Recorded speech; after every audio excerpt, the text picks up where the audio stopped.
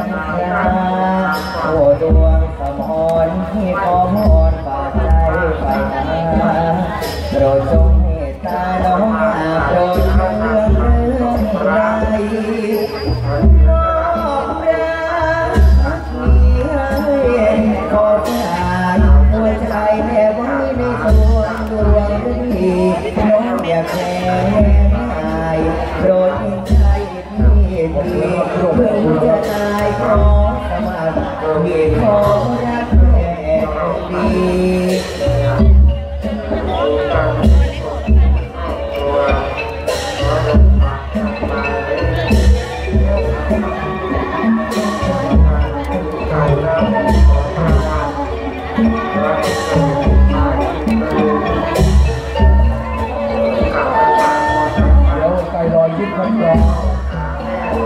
เอาลองโลกทำบุญต่อเลยครับรายได้เป็นของวัดนะครับ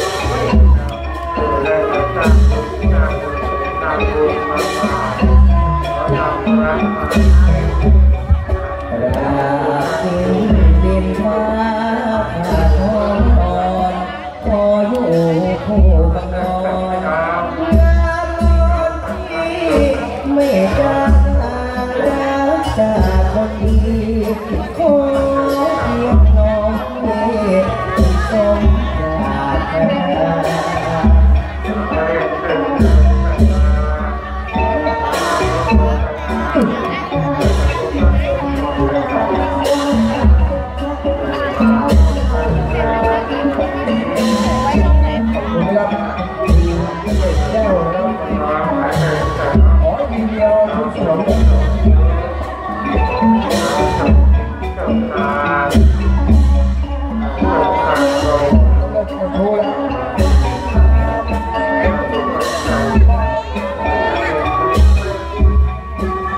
จมูกเพียงน้องประคองสวัสดิ์ไม่เร่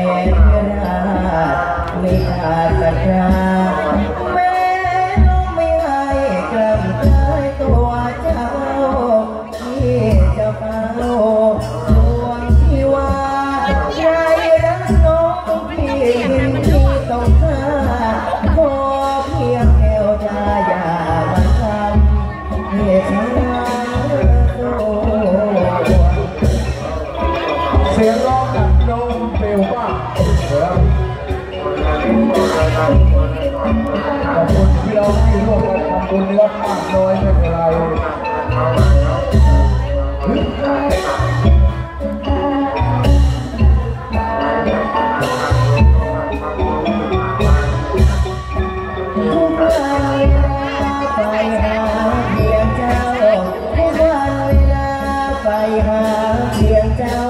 ทุกอย่างทำเช้าจะเฝ้าห่วงห่วงทุกอย่างทำเช้าจะเฝ้าห่วงห่วง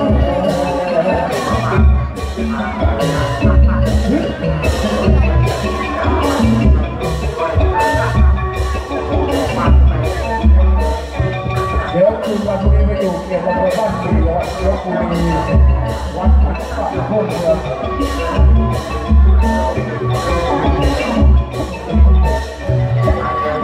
ดวงใจยังมีประกายดวงใจในใจหนึ่งดวงจันทราคู่กับราตรี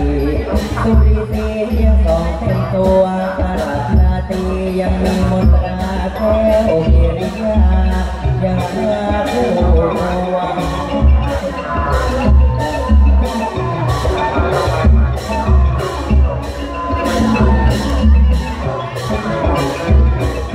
ที่เราคนใดยังไม่มีเก้าอี้นั่งผมก็ติดต่อคณะกรรมการรายได้ตรงนี้เป็นของทางวัดครับดูที่เจเรามีเจ้าภาพแล้วครับมีคนจ่ายค่าลิเกแล้วนะครับพี่น้อง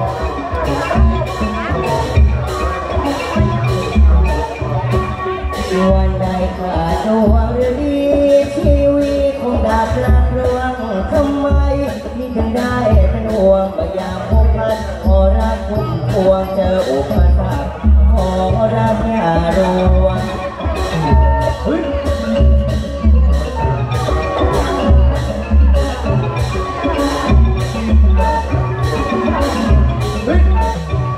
ชมการแสดงเพลงวิพากษ์จากคุณสมานบุญจันทร์วิพากษ์เกรดเอระดับอินเตอร์จากจังหวัดนครพนมเจ้าชื่อ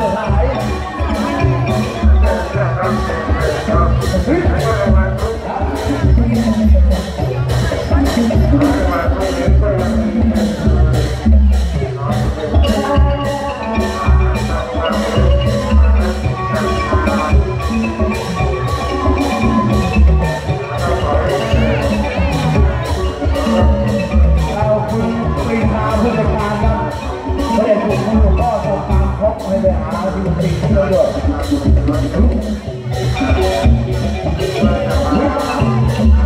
ผู้จัดการรับไปหาหลวงพ่อเลยครับ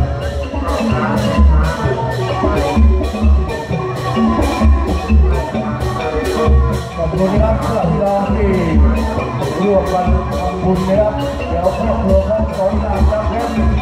ขอบคุณร่วมทำบุญด้วย2,000 บาทด้วยนะครับตรงนี้ครับ